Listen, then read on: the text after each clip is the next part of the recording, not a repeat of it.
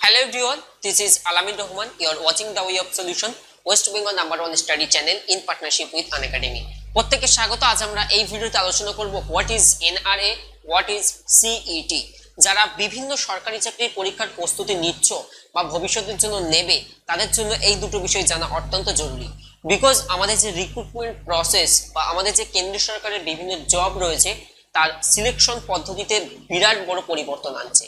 আমরা দেখেছি বেশ কয়েকদিন আগেই শিক্ষানীতিতে পরিবর্তন এসেছে, 34 বছরের পুরনো শিক্ষানীতি পরিবর্তন এসেছে। ঠিক তেমনি যে নিয়োগ প্রক্রিয়াতেও বিরাট বড় একটা পরিবর্তন। তো প্রথম থেকে শেষ পর্যন্ত দেখতে পারো এবং অবশ্যই লাইক করে ভিডিওটি কন্টিনিউ করো। ওকে, সো হোয়াট ইজ এনআরএ?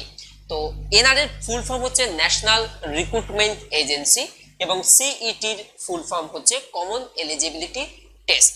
তো এনআরএ হচ্ছে একটা এক্সাম কন্ডাক্টিং এজেন্সি এবং সিইটি হচ্ছে সেই পরীক্ষাটির নাম।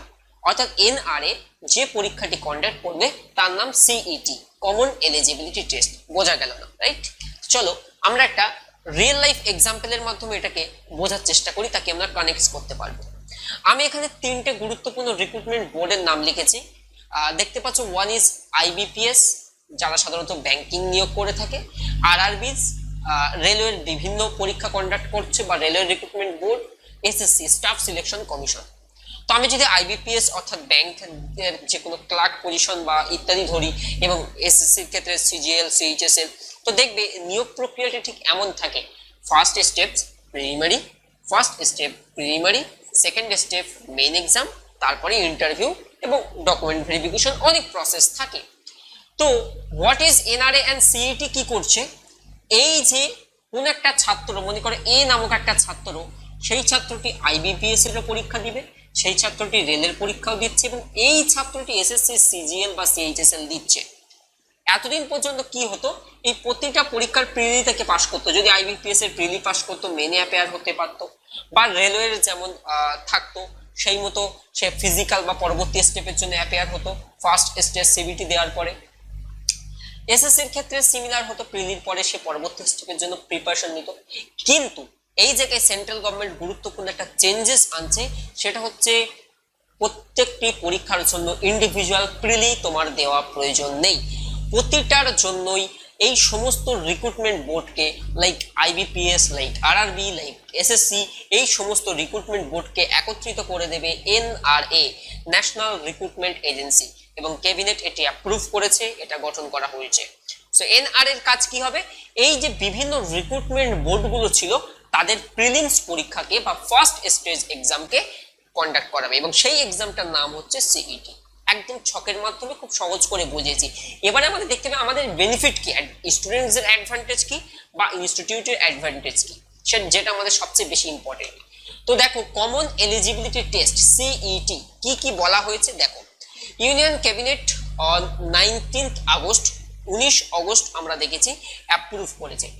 ডেটটা মনে রাখতে পারো, 19 August approve the creation of a national recruitment agency.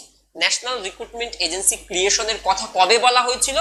অর্থমন্ত্রী নির্মলা সীতারামন বাজেট পেশ করার সময় 2020-21 অর্থবর্ষে সেই সময় বলেছিলেন তিনি যে গঠন করা হবে ন্যাশনাল রিক্রুটমেন্ট এজেন্সি, এবং সেটা অ্যাপ্রুভ হয়েছে 19 আগস্ট। ফর কি জন্য গঠন করা হয়েছে NRA? Conducting a common eligibility test. CET কে কন্ডাক্ট করানোর জন্য এনআরএ গঠন করা হয়েছে। এর কাজ কি হবে? সিইটি কি করবে?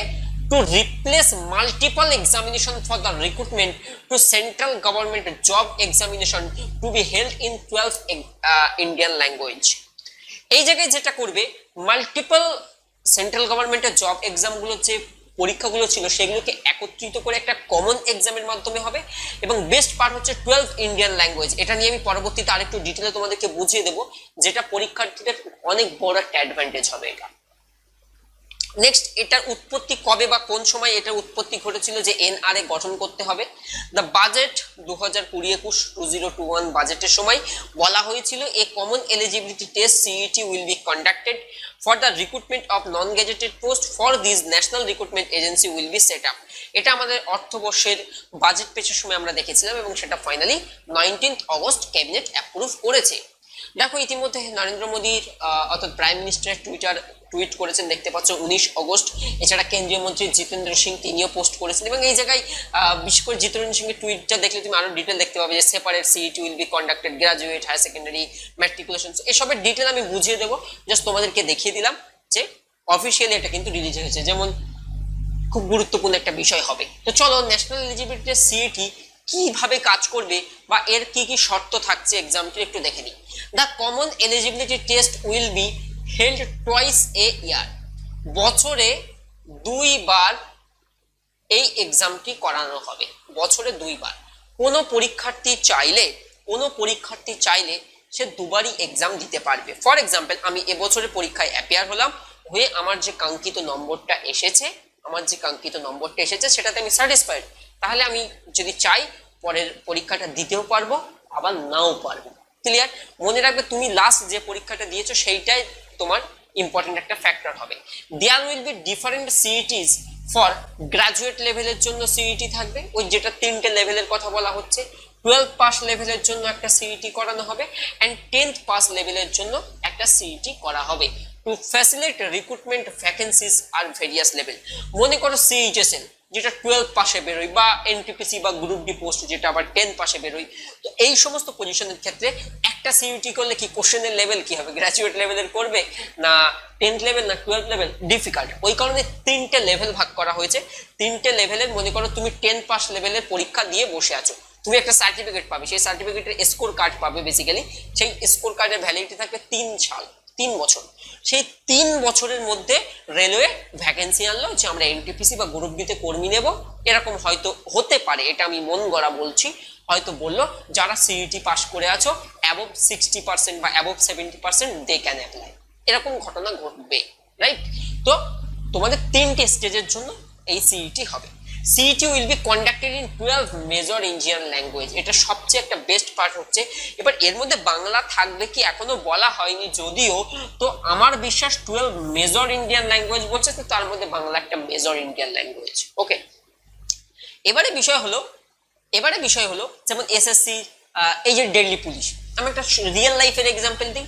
বর্তমান যে দিল্লি পুলিশের ভ্যাকেন্সি বেরিয়েছে 5000-এর বেশি, সবাই ওয়েস্ট বেঙ্গল থেকে অ্যাপ্লাই করছে। এসএসসি জিডি কনস্টেবল, তো এক্সাম পেপারটা কিসে হবে? বেঙ্গলিতে হবে আর ইংলিশে হবে, মাফ করবে, ইংলিশে হবে এবং হিন্দিতে হবে। কিন্তু এই সিইটি চলে আসলে সেই 12 মেজর ইন্ডিয়ান ল্যাঙ্গুয়েজ, তাহলে আমাদের দেশের বিভিন্ন প্রান্ত থেকে পরীক্ষার্থীরা তাদের মাতৃভাষায় পরীক্ষাটা দিতে পারবে। ক্লিয়ার? সো এটা একটা best part. CET will cover recruitment made by 3 agencies like staff selection, railway recruitment and Institute of Banking Personnel Sector IBPS। বর্তমানে এই 3টে বোর্ডের কথা বলা হয়েছে এবং পরবর্তীতে আরো বেশি 20টার বেশি কিন্তু অন্তর্ভুক্ত করা হবে এই সিইটির আওতায়, অর্থাৎ সব পরীক্ষাগুলোকে একটার মধ্যে আনা হচ্ছে।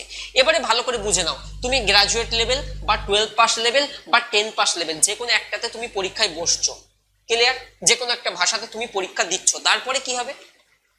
CET will B A first level taste. এটা তোমার যে কোনো সরকারি চাকরির পরীক্ষার ফার্স্ট লেভেলের টেস্টের ভ্যালিডিটি নেবে। অর্থাৎ তোমার মনে করো, আমি একটা ছোট্ট এক্সাম্পল দিই, আজকে মনে করো আরআরবি জুনিয়র ইঞ্জিনিয়ার, সেক্ষেত্রে তোমার ফার্স্ট সিবিটি 1, তো সেই সিবিটি 1টা তোমার এই সিইটি থেকে মার্কস ধরে নেওয়া হবে। ওকে, এবার তোমার সেই পরবর্তী স্টেপ, সেই রিক্রুটমেন্ট প্রসেসের যে পরবর্তী স্টেপ, সেটা তোমাকে দিতে হবে। ক্লিয়ার? এই যে সার্টিফিকেটটা তুমি পাবে, এই যে স্কোর কার্ডটা পাবে, এটার ভ্যালিডিটি থাকবে 3 ইয়ার্স। ওকে, এই যে স্কোর কার্ডটা তোমাকে দেওয়া হবে, সেই স্কোর কার্ডের ভ্যালিডিটি থাকবে 3 বছর।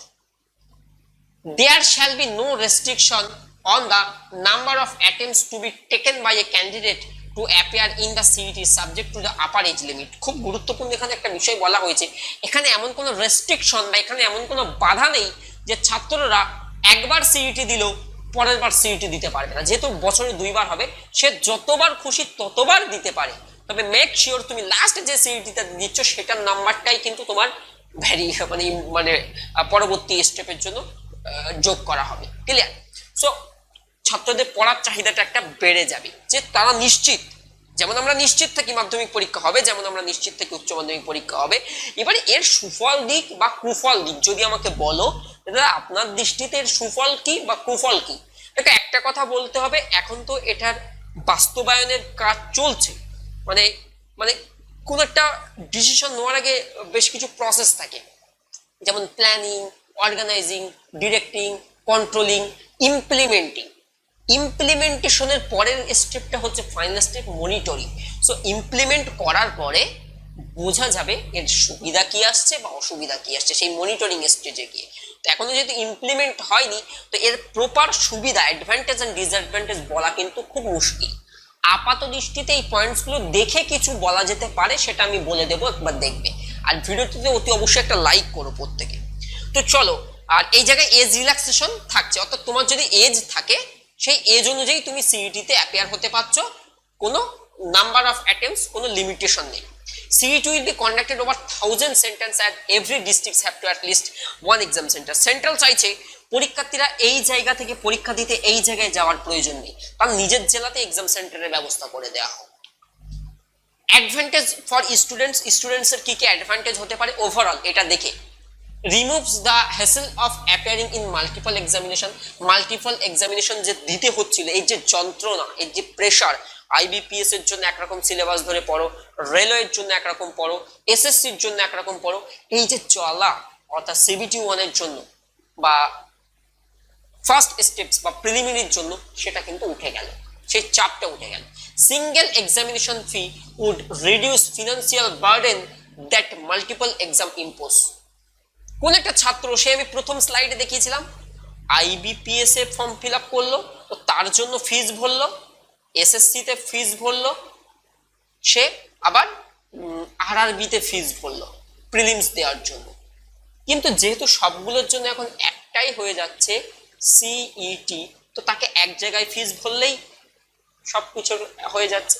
তাই এই যে বার্ডেন, এই যে বোঝাটা ছিল ফিনান্সিয়ালের উপরে একটা বেশ প্রভাব ফেলতো, সেটা কিন্তু আর থাকবে না। বাট এই জায়গাটা কিন্তু থেকে যাচ্ছে, তুমি তো প্রিলিমসটা বা পার্ট 1টা তো কভার করে গেলে এই একটা ফিস পে করে, এবারে তুমি CBT এর স্কোরটা নিয়ে তুমি IBPS এর নেক্সট স্টেপে যাচ্ছ, বা SSC নেক্সট স্টেপে যাচ্ছ, বা RRB নেক্সট স্টেপে যাচ্ছ, তো তারা কি আবার দাবি করবে পার্ট 2 পরীক্ষার জন্য? সেটা কিন্তু একটা ভাবার বিষয় রয়েছে। Applications are required to register on a single registration portal.